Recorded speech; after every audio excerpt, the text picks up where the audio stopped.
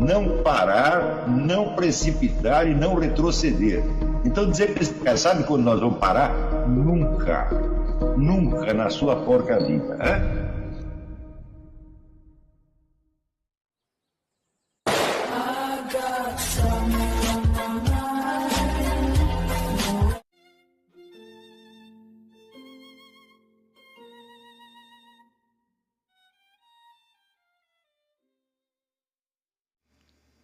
E aí pessoal, tranquilo? Então vem aqui antes do vídeo começar, pedir para vocês se inscreverem, quem não for inscrito, compartilhar, curtir, comentar. Quem puder seja membro do canal, que isso ajuda bastante. Tem também o link do Apoia-se. Quem puder ajudar nosso canal e apoiar financeiramente vai ser muito bem-vindo. Mas o mais importante é transmitir o conteúdo e os conhecimentos do professor Olavo de Carvalho para mais e mais brasileiros. Então compartilhe e ajude aí nossa causa. Muito obrigado a todos os membros, apoiadores do canal. Fico muito feliz. Tenho certeza que a gente está no caminho certo. Então fiquem com o vídeo e até mais. Valeu! Você vai ter que aprender a falar como esses escritores falam, de modo a você poder usar os instrumentos que eles criaram, usar os giros de linguagem, o vocabulário, tá certo? A sintaxe e tal, como um instrumento seu. O que você tem que aprender é a imitar esses escritores. Imite um, depois imite outro, depois imite outro, depois imite... Vai imitando vários. Dessas várias imitações, tá certo? Você irá aos poucos compondo o conjunto de instrumentos expressivos que lhe interessa para os seus próprios fins. Está compreendendo? Depois de você ter essa experiência viva das obras de arte literária durante muitos anos, então daí você vai ter, vamos dizer, uma coleção de exemplos de obras de arte literária na sua mente, e você já terá absorvido o que essas obras podem lhe dar. Depois disso, você pode talvez até considerá-las como objetos e entrar em estudos literários. Mas se você fizer isso antes, você vai estar lesando a sua mente.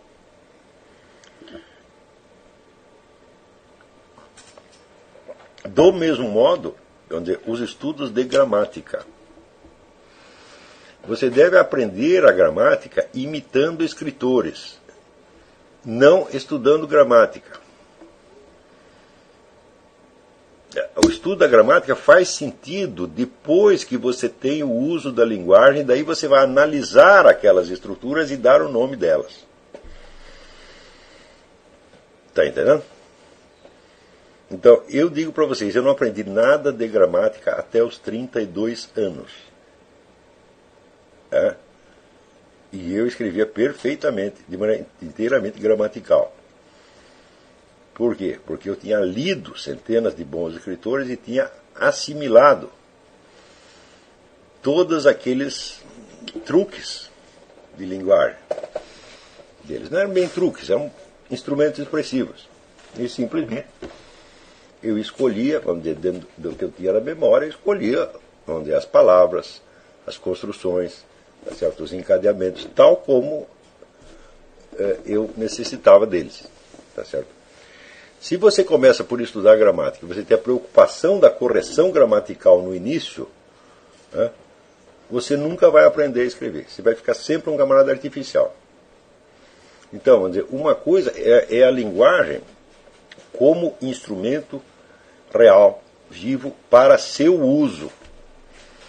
Outra coisa é a linguagem como objeto de estudo. A gramática toma, tanto a gramática quanto os estudos literários tomam a linguagem como objeto de estudo, não como objeto de uso. Está compreendendo? Porém, uma coisa que para você é só objeto de estudo e não objeto de uso é uma coisa morta, é uma coisa que não tem validade, não tem presença pessoal para você. Tá certo? Então, vocês vão ler os escritores com esta ideia de você aprender a expressar o que eles expressaram. De início, você vai ver que eles usam uma linguagem pessoal para expressar algo que eles estão querendo dizer, algo que está na imaginação deles, ou na memória deles, ou no sentimento deles. Tá certo? Mas aos poucos, quando você tiver lido vários, você vai ver que esses esquemas servem para situações análogas suas. Tá certo? Porém, a imitação é extremamente importante, porque é na imitação que você vai aprender, vamos dizer, a modular o tom conforme as necessidades expressivas. Eu recomendo que quando você começa a ler um autor, não em filosofia, mas em literatura, você leia de preferência a obra inteira dele, ou pelo menos as obras principais, justamente para assimilar esse estilo. De que você imite servilmente o modo dele escrever. Por quê? Porque depois você vai imitar outro que vai te libertar das limitações do primeiro, e outro, e outro, e outro, e outro, e outro, e outro. Quer dizer, os males da imitação serão corrigidos pela própria imitação. No fim, você vai ter um repertório tão grande, tá certo? Que você verá que você já não está imitando ninguém, você está escrevendo como você mesmo. Mas isso é uma coisa que deve acontecer naturalmente. Não tenha, portanto, essa preocupação de originalidade no começo. A originalidade na expressão literária é uma conquista e não uma obrigação. Você não tem obrigação de ser original no começo. Você será original se puder, quando chegar lá. Tá entendendo? Eu considero que este aprendizado literário é absolutamente fundamental para a filosofia. Por quê? Porque a filosofia se expressa também através de palavras e ela usa todos os recursos da expressão literária e mais alguns que a expressão literária não conhece. Por quê? Porque ela vai passar da simples expressão, né, à reflexão. Tá certo? E não somente a reflexão, mas a busca da verdade através da reflexão. Ou seja, todo o mundo da literatura é um mundo da expressão, está simplesmente expressando experiências. Não está especulando o que essas experiências significam universalmente. Por isso é que você não consegue tirar conclusões morais de uma obra de arte. De uma obra de arte literária. Você não consegue. Então,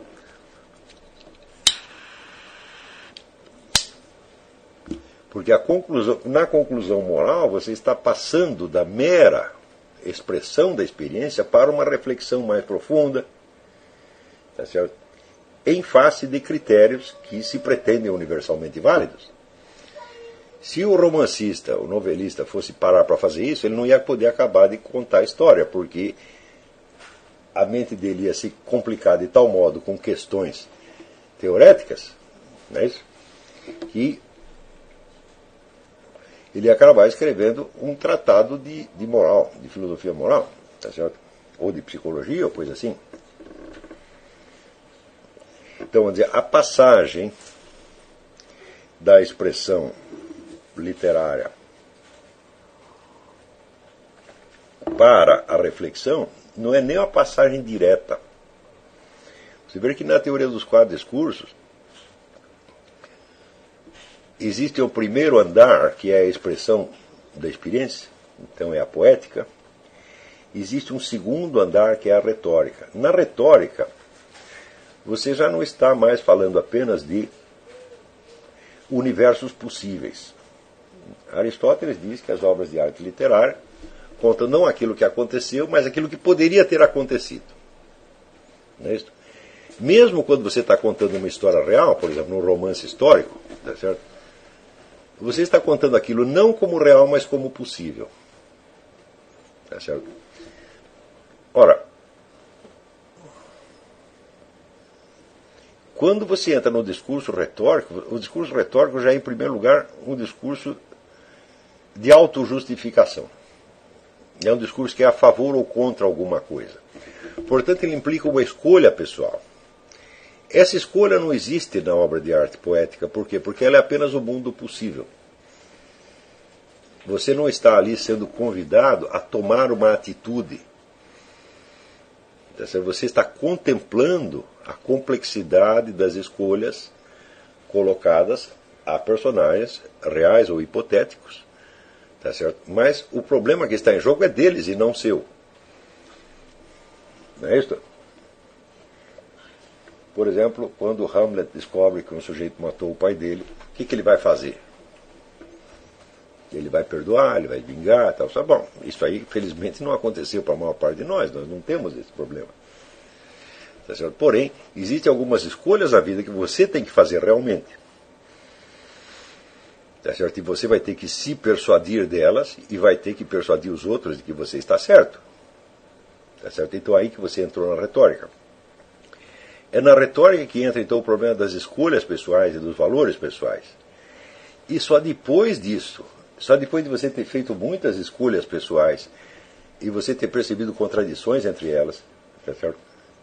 Daí é que vai entrar o que é o exame dialético, que é a confrontação dos vários discursos retóricos possíveis. Isso quer dizer que na passagem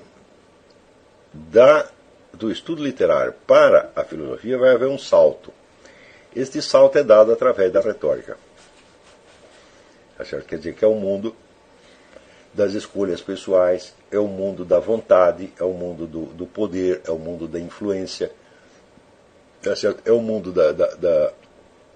da política, é o mundo da propaganda. Tá certo? Ora, portanto, este é um mundo, vamos dizer, que implica a mediação de toda a sociedade humana. Quando você decide agir assim ou assado em face de certas circunstâncias, você toma uma atitude pessoal e você a justifica. O que você está fazendo? Você está usando os valores que você imagina que o público em volta acredita como justificação para uma conduta especial sua.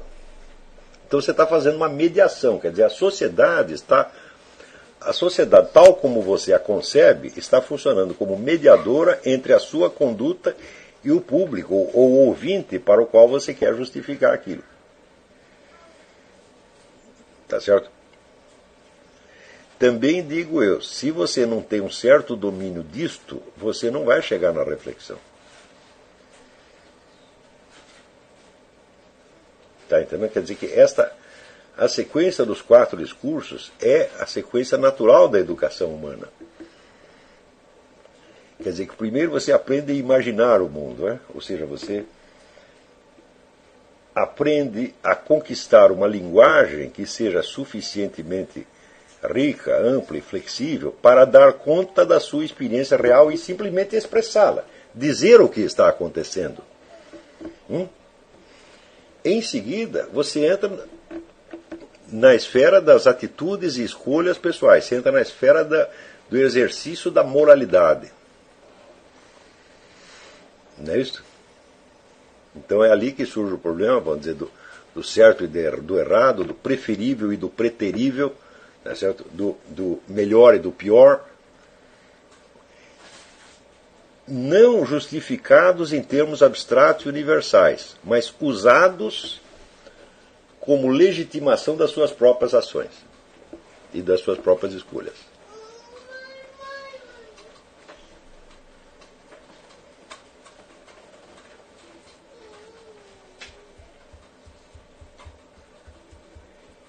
É só depois de você ter usado essa linguagem, você ter aprendido a usar a linguagem como um instrumento para influenciar as outras pessoas, que você pode refletir. Quer dizer, a segunda etapa, a etapa da retórica, é da conquista de um poder. Não é isso? E a reflexão filosófica, ela não foi feita para criança, ela foi feita para quem é capaz já de exercer esse poder e atuar, como hoje se diz, como um cidadão. Um membro adulto da sociedade humana. Tá certo? Capaz de exercer um poder, de dar e receber ordens, capaz de influenciar, capaz de persuadir, e capaz, portanto, de induzir os outros a fazer o que ele deseja que façam. Só a partir desse momento é que a reflexão filosófica começa a fazer sentido.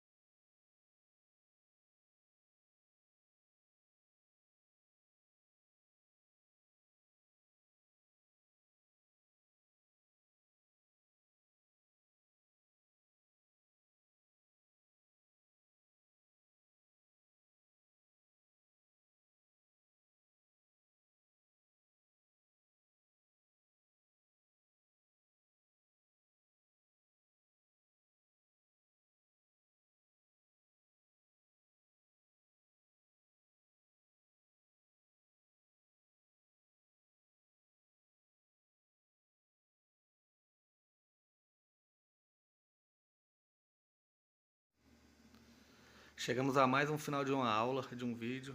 Espero que tenham gostado. Quem não se inscreveu ainda, se inscreva, compartilhe, comente. Ajude nosso canal, apoie, seja membro. E ajude o nosso canal a chegar a cada dia a mais brasileiros que precisam muito do conhecimento do professor Olavo de Carvalho. Então é isso aí, fique com Deus, até o próximo. Valeu! Então é isso aí, pessoal. Que é o nosso canal. Que são alguns livros que eu já li. A maioria foi doação, mas alguns eu adquiri, professor Olavo de Carvalho. Alguns livros se perderam aí que eu emprestei. Professor Alexandre Costa. A Bíblia Sagrada. 10 lições sobre Karl Marx. Indico a não ler esse livro, que é muito ruim mesmo. Alguns pensadores aqui que realmente, como o professor Olavo de Carvalho disse, não são pensadores. Valeu, tamo junto aí. Apoie nosso canal, seja membro.